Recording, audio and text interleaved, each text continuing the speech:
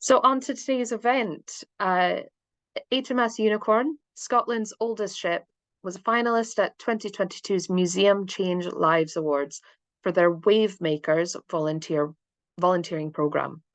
By instituting a new volunteering philosophy that lent into their strengths, they've created a program on a limited budget that makes a real life-changing difference to local residents.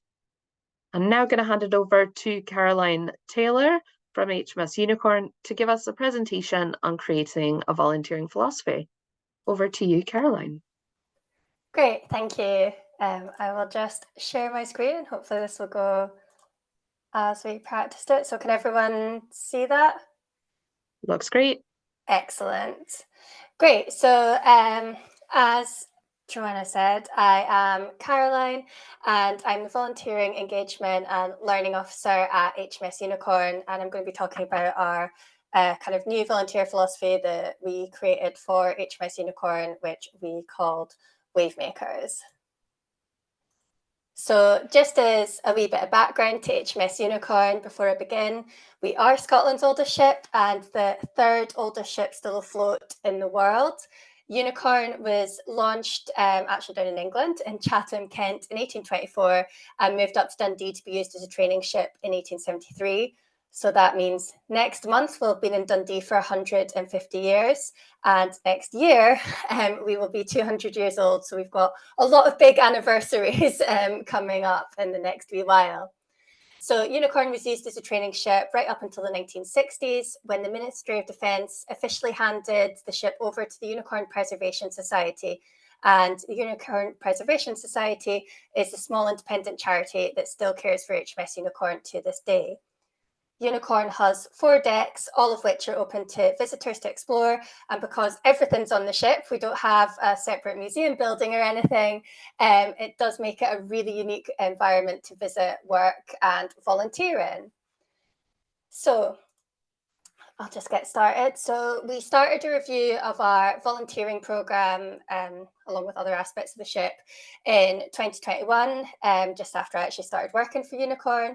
And we quickly realized that one of the key things we did need to change was the volunteering program on board. So again, as a bit of background, all the staff on Unicorn at the moment are fairly new. Our museum director, Matthew, is actually the longest serving member of staff, and he only started in June 2021. So yeah, a really new team on board the ship. So we were working with an inherited volunteering program that had really morphed into something that wasn't actually fit for purpose anymore. It didn't really address any specific needs for the museum or the volunteers. And there were a lot of volunteers that were coming in kind of as and when, more or less just for a wee chat, and then leaving without any real kind of timetable, any real purpose in what they were coming along to do. There also hadn't been any consistent record keeping up to that point, or regular like equality and diversity monitoring, anything like that. Aside from the kind of total number of volunteer hours, which was measured by the timetable and who was scheduled rather than who was actually showing up, and also the number of volunteers on the books, again, who was on the books, not who was actually showing up. There weren't any aims or measures of success for the volunteering program. As well as this, the volunteer roles were really roles that were kind of trying to like replace or replicate what should be paid staff roles. And that meant they were difficult to recruit for. It was difficult for us as a museum to maintain a consistency of service.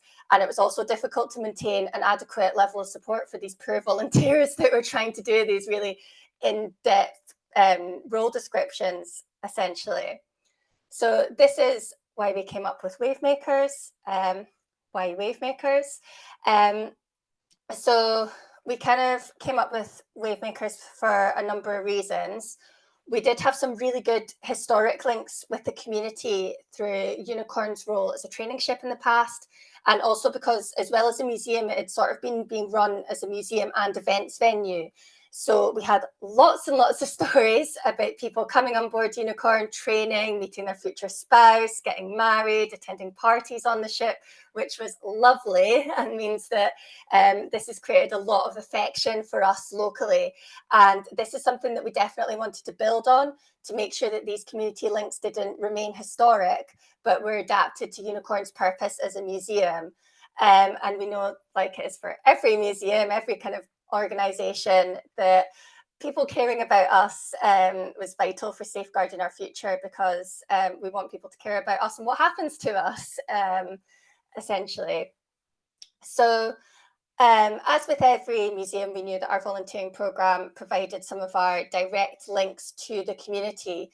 So we spoke to the volunteers that we already had to work out what they were actually looking for from HMS Unicorn, from volunteering there. The feedback that we got was that volunteers enjoyed the social aspect of volunteering, which we kind of knew, but also they were really, really interested in having the ability to learn new things and learn new skills. And there was actually, amongst some of the volunteers, a real desire for this. We also noticed that our younger volunteers, so 16 to 25 age category, were particularly interested in building their CVs with a look to future employment. As well as this, we had a number of charitable partners who we already worked with to place volunteers. So we spoke to them, and we also found news partners to speak to that aligned with our aims. And this we could find out what they thought was important for placing volunteers, and also what the pressing issues were locally, and also which audiences or groups of people they thought would benefit most from volunteering at HMS Unicorn. Working with our partners definitely made us much more aware of what the really pressing local issues are in Dundee. So Dundee ranks 32nd out of the 32 council areas in Scotland for unemployment. So that's obviously the biggest issue around here at the moment. Recent statistics from Discover Work show that there are 11,300 people in Dundee who are ready, willing and able to enter the labour market, but have barriers to entry. Among these, 3,585 are disabled and 4,700 have poor mental health. So if we were wanting to strengthen Unicorn's community links, we needed to look at how we could help this in this area, with but also in a way that aligned with our museum's vision and mission as well.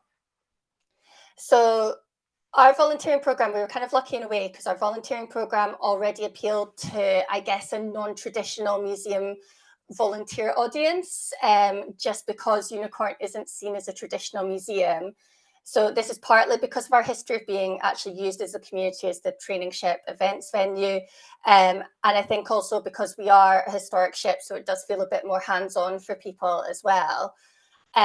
We were already getting a more varied volunteer audience, that we could only say anecdotally, because obviously we weren't collecting any evidence for this at this point. But we knew this was something that we could build up to form WaveMakers and give it a real purpose. Because WaveMakers aligned with what we were doing already, there wasn't a large initial cost to set it up. We didn't need any major changes to our staff team or anything. Like, I was already there. Part of my role was already the volunteering aspect. Basically, the main change that we needed was a change in how we thought about our volunteering program and what we were going to centre it around. So this is why we came up with our 3 WaveMakers principles. So partnerships allow us to do better work with more people. Put interpersonal relationships first. Volunteers work with people, not heritage. And volunteers are not ours. If they move on to further things, then that's fantastic, and we have done our job. So just looking at each of these in turn. So partnerships allow us to do better work with more people. By better work, what we mean is that we're able to provide more meaningful volunteering opportunities to those who need it most. And by those who need it most, we wanted to reach out to the people who we'd identified through our audience development plan as the people we needed to engage with, and also who our partners had identified as being the people locally who had limited opportunities and would benefit from these volunteering opportunities. So as a result of this, we focused on young people in the 16 to 25 age category, people with a disability, people from the most deprived areas of Dundee, as evidenced from the Scottish Index of Multiple Deprivation, and people who were long-term unemployed. So it was our partners in other third sector organisations who helped us to identify and place volunteers from these specific categories. I have here the data from 2022, which was obviously our first full year of doing WaveMakers, and that shows the success of WaveMakers in reaching out to these different audiences. And just for a wee bit of context, in 2022, we had a total of 52 volunteers. So as you can see from my lovely pie charts, 49% of our volunteers last year were in the 16 to 25 age category, and 65% had a disability. Moving on to the other categories, 45% lived in a more deprived area of Dundee, and 45% were long-term unemployed. So successful in that regard. Moving on to the second point, our second principle, put interpersonal relationships first. Volunteers work with people, not with heritage. So previously, our kind of like as an organisation, our thinking around our museum's volunteering programme had been mainly centred around how volunteers could help the ship, with a kind of tacit assumption that being allowed to do this was enough to keep our volunteers engaged and motivated. However, when we were defining our WaveMakers principles and working on this, we realised that it was actually building up our team and creating a safe and friendly environment for the volunteers that was the most important thing to them. When we do our kind of informal, formal volunteer catch-ups, focus groups, etc., the key theme that runs through the feedback from the volunteers is the friendliness and support that they get from our staff and the other volunteers. Also having a specific volunteer mentor, which I think for pretty much everyone is me. That means that our volunteers have a key person that they can come to with any queries, worries, or advice on ways that they can build their skills, everything like that. So in that way, the heritage and history of our ship kind of acts as a springboard to get the volunteers excited and passionate about volunteering for us, but it's not what we use to keep them engaged long term. Now, I could speak for so long about each of our volunteers and their individual journeys, but I have narrowed it down a little bit here. So the first picture you can kind of see on the left here is Tony. So Tony had been unemployed for several years due to a long period of physical and mental health issues. He became a tour guide volunteer with us through Project Scotland. And oh my goodness, he was amazing. He really took to it so well that after a year, we actually ended up offering him a paid role as one of our front of house assistants. His enthusiasm for the ship just shone through. On the right, we have Cara Lee. She came to us to learn about digital marketing and create social media content for HMS Unicorn. And she credits HMS Unicorn in building her confidence and communication skills so that she felt able to apply for a music course in college, which she started at the beginning of September last month. You can also see on the left on this slide is Ikra. She became one of our documentation volunteers. Ikra speaks English as an additional language and wanted to find something to do where she could improve her written English skills while doing something useful for the community at the same time. So she ended up transcribing some of the more spidery, scruffy handwriting from our accession sheets onto Axial, which was a proper crash course in this. And Ikra has now also gone on to study a new course at college as well. On the right is Courtney. She was another one of our tour guides, or is, I should say, another one of our volunteer tour guides at Unicorn. So after a period of unemployment, the skills and confidence she built up helped her to find a new job in Dundee. However, because she enjoyed the friendly atmosphere on board Unicorn so much, she still comes in to volunteer at the weekends and is going to be helping out with our Halloween event coming up as well. So the third principle, volunteers are not ours. If they move on to further things, then we've done our job. So these volunteers' stories kind of link into this. Because of the staff time that, as you all know, goes into training a volunteer, Like other organisations, we kind of felt like we were having this attitude that we were striving to keep our trained up volunteers for as long as possible. And we felt that it actually felt a bit like a failure when a volunteer moved on to something else. But through WaveMakers, we decided to completely reset that thinking, and that actually, if volunteers move on to further opportunities, then that's actually a great benchmark of success. Even if getting a new job, starting a new course, etc., means that they don't have the time or the availability to volunteer on board the ship anymore. So again, I've got some lovely pie charts. Last year, 41% of our volunteers went on to further employment and 27% went on to further education.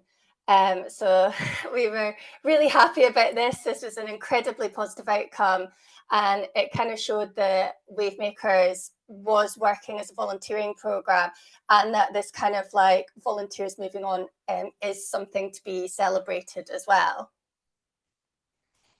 So, benefits of WaveMakers. I've spoken a little bit already about the benefits to our volunteers. We do regular reviews and evaluations with our volunteers that show that all of them, to a certain extent, have gained confidence, key skills, and improved health and well-being, particularly in mental health, through the WaveMakers. They also, the majority of them, feel much more involved in their local community as well. In terms of benefits to Unicorn, obviously we have this long-term engagement with representatives from different groups that we want to reach out to as part of our audience development plan. So obviously none of our volunteers can speak to everyone in their kind of group, like, you know, everyone in their age category, for example. They do offer different perspectives on our museum and how we can change it to be more inclusive for our volunteers and for our visitors as well. So just as an example of this, one of our volunteers who speaks English as an additional language, she pointed out the complete lack of any sort of interpretation we had on board the ship in any other languages apart from English. So in the short term, we changed this quite quickly just by doing little guides to the ship in a variety of different languages. And we now have future plans to expand upon this as part of a larger project. So it's just the sort of thing that outside perspective that can bring in, and you know, a volunteer will say something and be like, oh yeah, actually we should be doing this. And it has a much more positive impact overall. So as well as gaining these different perspectives, Unicorn has also gained a group of people who are passionate advocates for our ship and museum. We are a very small organisation with a heavy reliance on word of mouth marketing. So it's really helpful to have these people who you can, you know, they can tell their family, friends, and in a lot of cases, even just strangers, like genuinely just strangers off the street, about Unicorn, what it is, where it is, why it's important, and why they should visit us. And having these passionate advocates as well helps us to retain our links to the local community.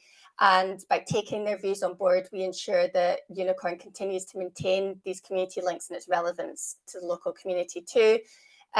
Alongside that, because we didn't just engage with partner organizations at the start and then leave it, we continually, consistently engage with partner organizations all the way through.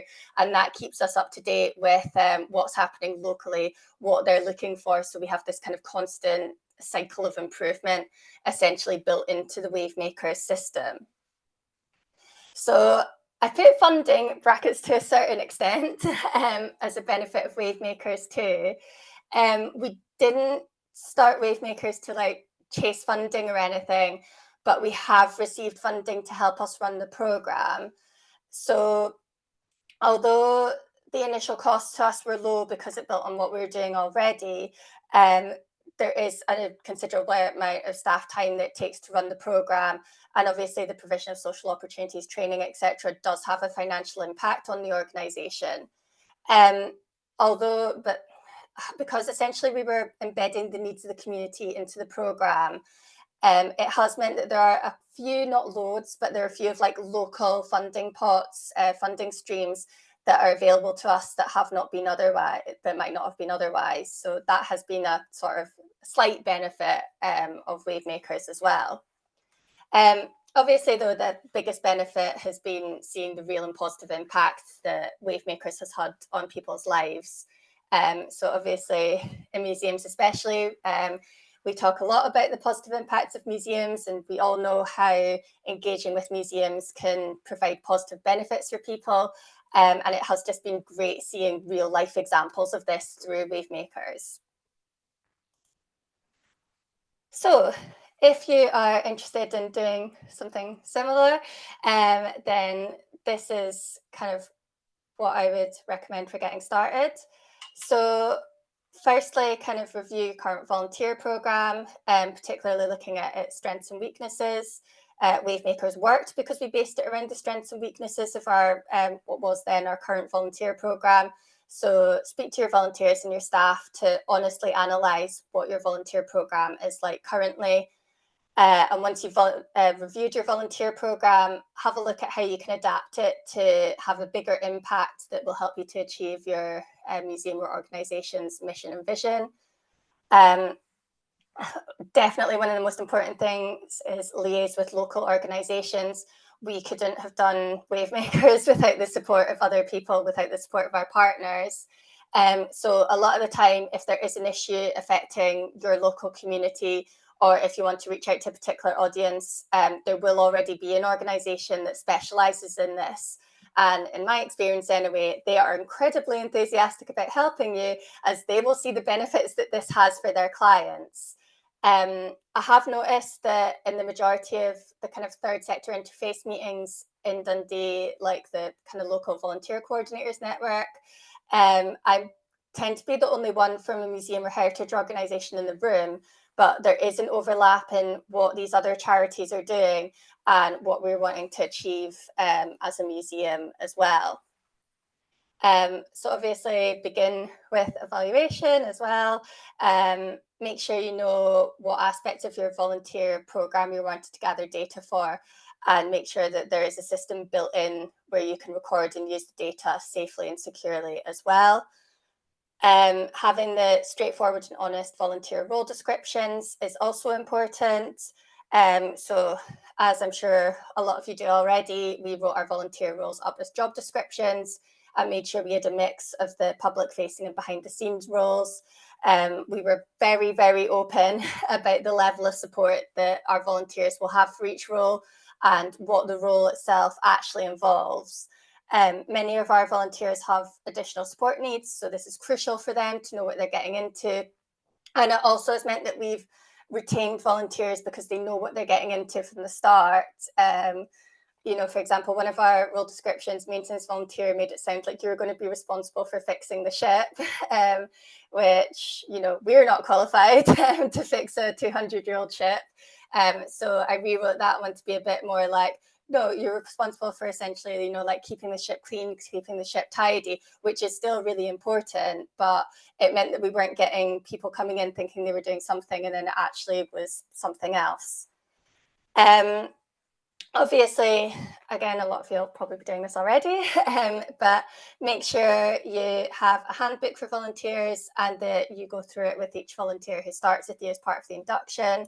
And also that it should contain information not just on like the museum generally, the different staff, but also even stupid things like where are the toilets, where the kitchen is, do I need to ask permission before I go to the toilet or the kitchen, which definitely, especially amongst the young people that had never had a job before, you know, they're used to school, and then us, and they're used to, you know, putting up their hand before they can go to the toilet. So yeah, making sure that there's that routine for, you know, like, this is where you go, this is where you put your bag, this is where you collect your name badge, was really important for just stopping any of that volunteering anxiety as well. We also included a code of conduct as well as part of the handbook, so that volunteers knew what our expectations are for them right from the start.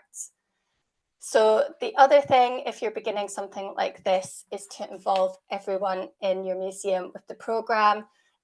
This is one of the reasons that WaveMakers has been successful, is that the principles are embedded into our everyday practice. And volunteers get to know everyone, front of house, museum director, absolutely everyone on board the ship. Obviously, this is a lot easier in our smaller organisation than it would be in a larger one, but it does mean that everyone on board, well, say hello, greet a volunteer, have a wee chat, be very patient with them. And although it's actually a tiny small thing, if you're not obviously working with the volunteers, it's a tiny part of your day, but has like a massive impact on how a volunteer feels and really like shows to them that they're part of our team. So what have we learned from WaveMakers? Firstly, regular reviews are very necessary. So we have regular reviews with the volunteers individually to see how they're progressing and developing. And as part of that, I always make sure I ask them, like, what have you done that you're really proud of? Because a lot of the time, like, some of our volunteers could be a bit self-deprecating and then, be like, oh, well, I don't really do anything. So kind of drawing that out kind of helps to show that, yes, you are a really important part of our team, essentially.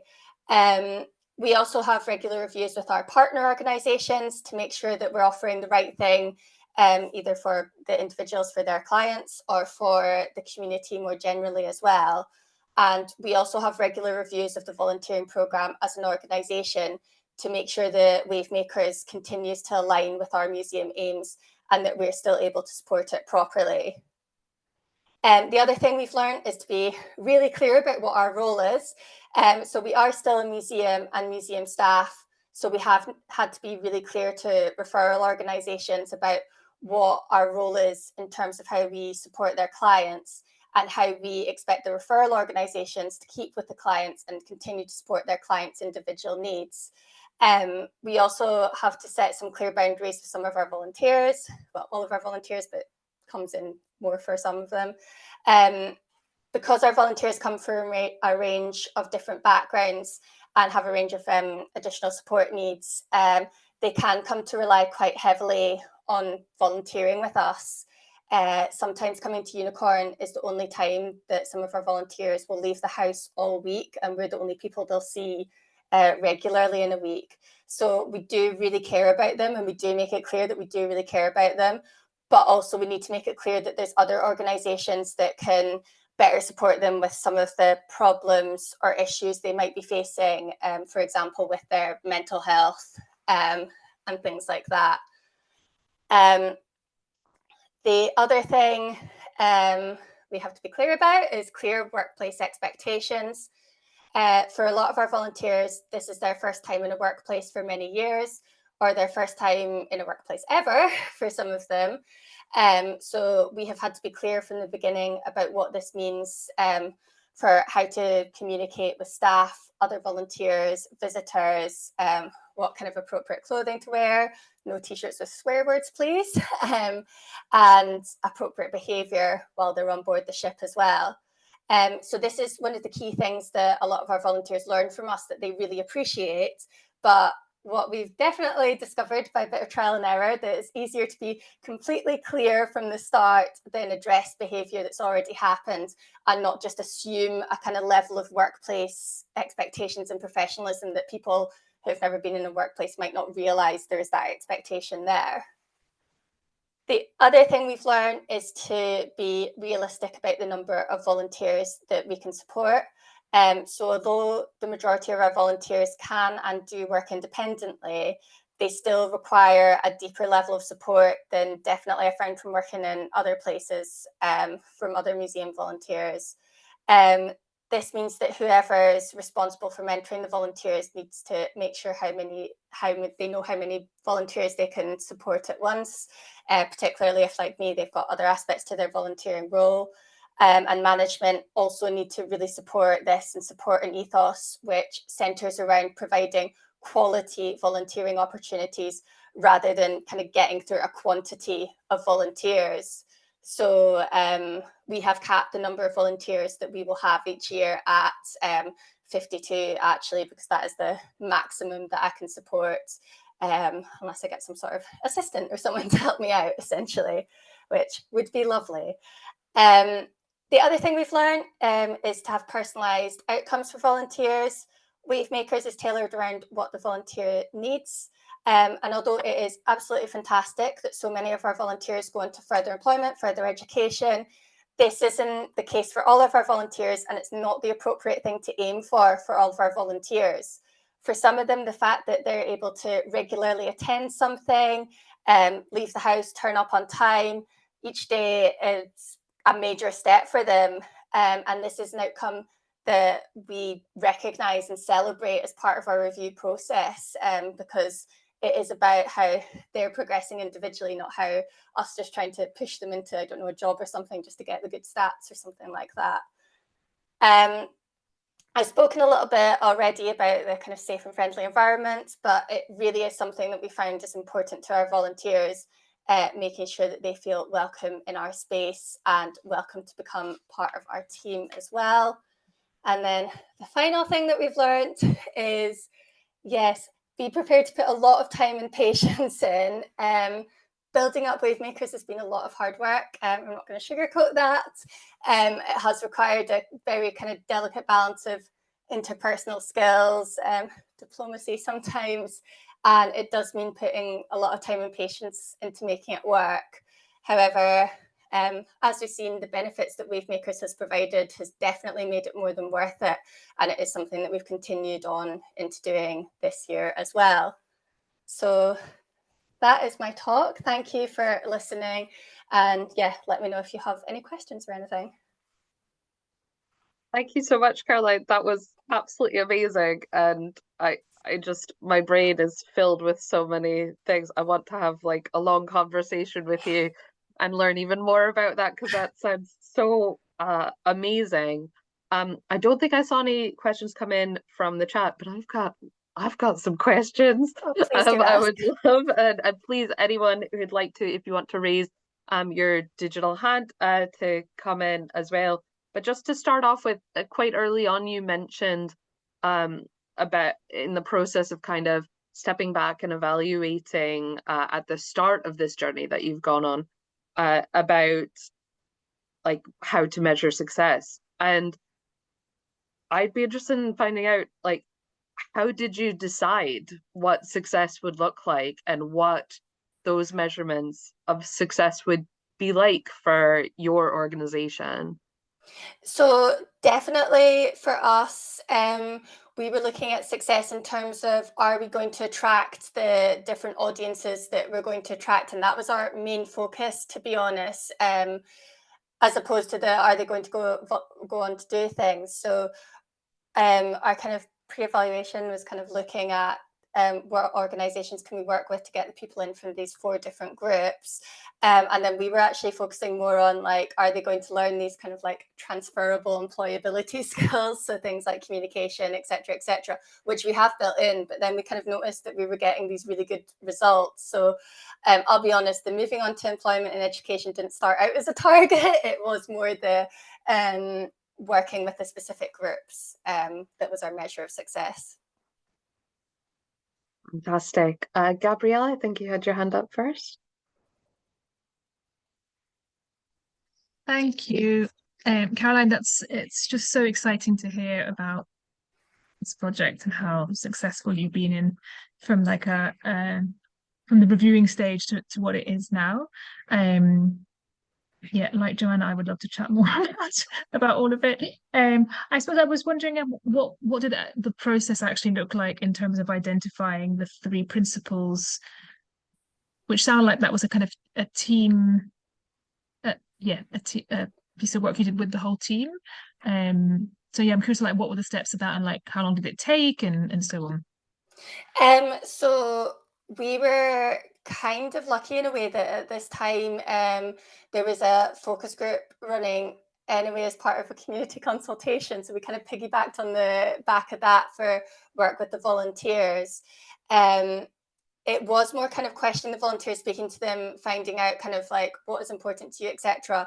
So defining the actual principles themselves, that was what was back then the whole museum team that was literally just me and Matthew at the time, which actually probably made it a lot easier in a few ways because it was just the 2 of us kind of talking backwards and forth. But definitely we did have a couple of like, we included like the front of house and like their views on it as well. But yes, it was more like us deciding on the principles, but like informed by all the kind of data we'd collected from the different kind of groups on board the ship as well. Thank you. That's great. Jackie, did you want to come in with a question? Oh, you're on mute, Jackie. Okay, thanks. Yeah, thanks, Caroline. That was really, really interesting. I'm interested that the kind of the program that you describe when you're talking about how it is now feels like there's a very high level of support for lots of your volunteers. When you started thinking about the transition from what you had around volunteering and that need to rethink what volunteering looked like, was that kind of your intention, or was that something that emerged? I'll be honest, I think we went into it slightly naively thinking that the support would come from the kind of referral organizations, the partner organizations that were referring volunteers to us. And then very quickly, I realized that that wasn't going to happen. So yes, it is something that happened along the way that we didn't perhaps intend. And that is part of the reason why we have had to kind of like add to a lot of the expectations and everything like that, the code of conduct, expectations for the organizations. We kind of had to like work out, almost that was like the second step, that we had to work that out and work that out quite quickly, because yes, we didn't want to end up being matched with a volunteer that we weren't able to support. So yeah, it's been a bit of an accident, to be honest, but something that we have been able to put into part of our practice now. But I think that we were fortunate that this wasn't my first role where I'd been supervising volunteers. I think if I had been someone and this was my first kind of volunteer coordinator role, I think that would be much too overwhelming, to be perfectly honest. And I probably wouldn't particularly recommend a model like this for someone who didn't have any previous experience of managing volunteers, unless they had a lot of support with the organization. It was something already set up with the organization, so that there was the structures in place to support them as well. Can I ask a follow-up? Yes. So if that's the case, how do you balance the needs of opening the museum to the public and all the demands that you have on running a museum with that role of needing to support your volunteers? Does it always feel well balanced? So actually, that is something that from the start we did build in, was we emphasized to all our volunteers that is the visitor experience that is essentially the focus of what we do. You can't run a museum without visitors, really. So I think because we've had that emphasis from the start, both to the volunteers themselves and the organization, that's always felt quite well balanced. And because we've got the mixture of roles that are the kind of public facing and the more behind the scenes, we do have a lot of volunteers that, like don't speak to people, can't speak to the public, that sort of thing. But actually, we found with, for example, with the maintenance role, because they're doing work around the museum, it's something that can kind of build up slowly, where, someone asks them a question, it's like, if someone asks you a question, don't need to answer it, just refer them to the front desk. But actually, a lot of them were finding that it was easier than they thought to answer the questions and speak to people. So yes, although it was more support than we intended, it has actually worked out quite well for us, just because we had that clear focus on the visitor experience from the start. Great, thanks. I don't see any other hands up, so I might quite selfishly ask some more questions, if that's all right. So I was thinking about when you're sharing some sort of personal stories from some of the volunteers that you shared the photos of, and I think was it Ikra was one of the volunteers who does I think you said digitalization. And I was just wondering, you did talk about having really clear volunteer role descriptions, and I wonder, like, did you already have every role in the role description, or has there been some co-creation and roles being created for volunteers who are coming in based on what they actually wanted to get out of the experience? So kind of like a mixture. So because there is a slightly higher demand on the time, we maybe are a bit stricter in being like, this is the volunteer role in some circumstances. But I have actually created a new volunteer role, which is object explainer, which is essentially like handling objects on a table, because I was finding that a lot of volunteers that thought they could be a volunteer tour guide were finding that too intense, and it wasn't the appropriate thing for them. But they did have that desire to communicate about history and speak to the public. So having the handling table is a lot less intense than an hour-long tour of the ship, and a little bit more of a controlled environment, because the table's set up next to the reception desk. So, you know, there's staff kind of like helping to keep an eye on them as well. So that's probably been the only new role that I created for a volunteer. But yeah, like the documentation volunteer, that was already a role, and just although Equa's motivation was a little bit different than potentially we'd had in mind when we created the role, it was still the original role that we had created, and she was able to be an absolute dynamo and get through everything that we needed her to get through. That's fantastic. Thank you. Gabrielle, did you want to come in with another question? Yes, please. I was wondering about, you said you've capped numbers, which I think is eminently sensible and something that we are going to do. And I think should have been doing it sooner, but the demand for hunting programs massive, and hate turning people away, and just, yeah, real issues which I think we have to deal with around that. So I was wondering how are you turning people away, and how you're managing that, and how you find that. Yeah, so I think it's a little bit easier for us to turn volunteers away because it is part like through referral organizations. So it is a lot easier to just message them and be like, oh, we're not recruiting for volunteers anymore, kind of wait till we get another vacancy, essentially. So just because of how we recruit, I think because we maybe don't have such a high demand to come and volunteer on Unicorn originally as you have, I think it's maybe a lot easier for us in that way.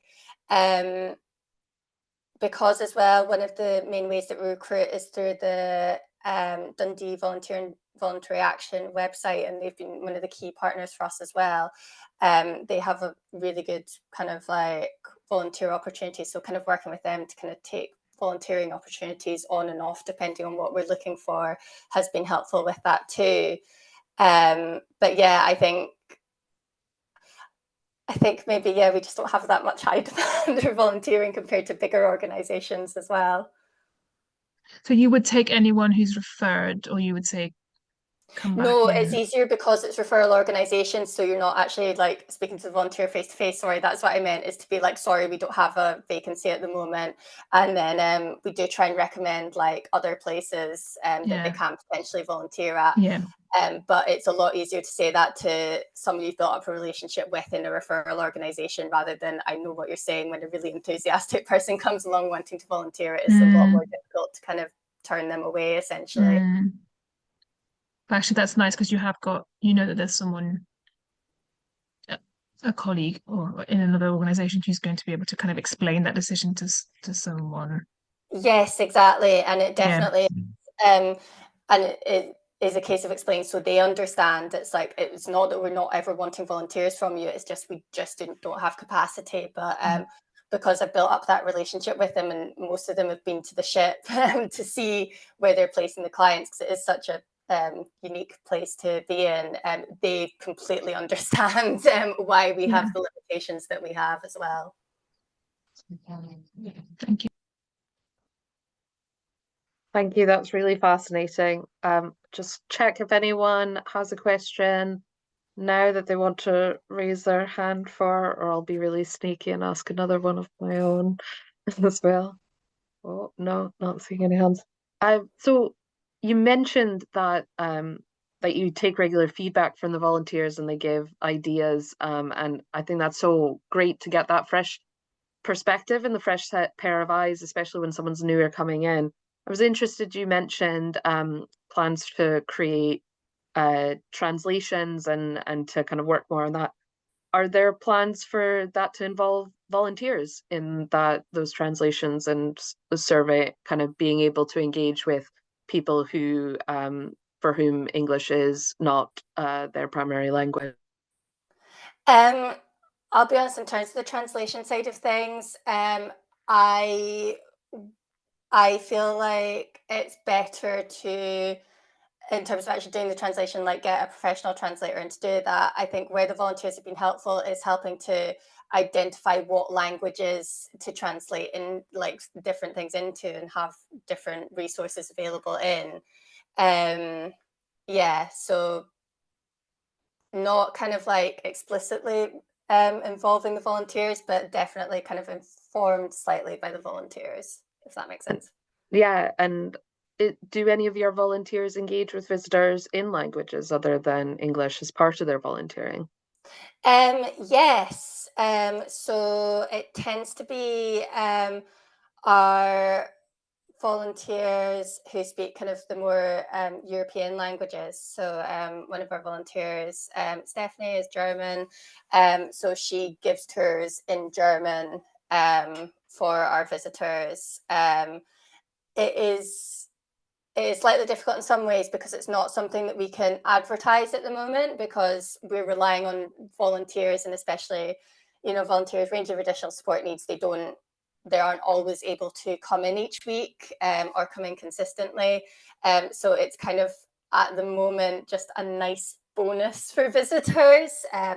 But that is what we're trying to reach out to in kind of the next step of our development, is working more with people in the community who speak English as an additional language. So we've got a couple of projects coming up that will look at that specifically, and there should be opportunities for volunteer involvement in that as well. That's fascinating. Thank you so much.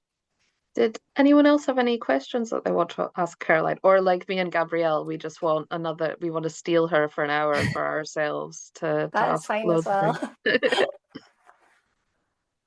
Anyone want to come in? No?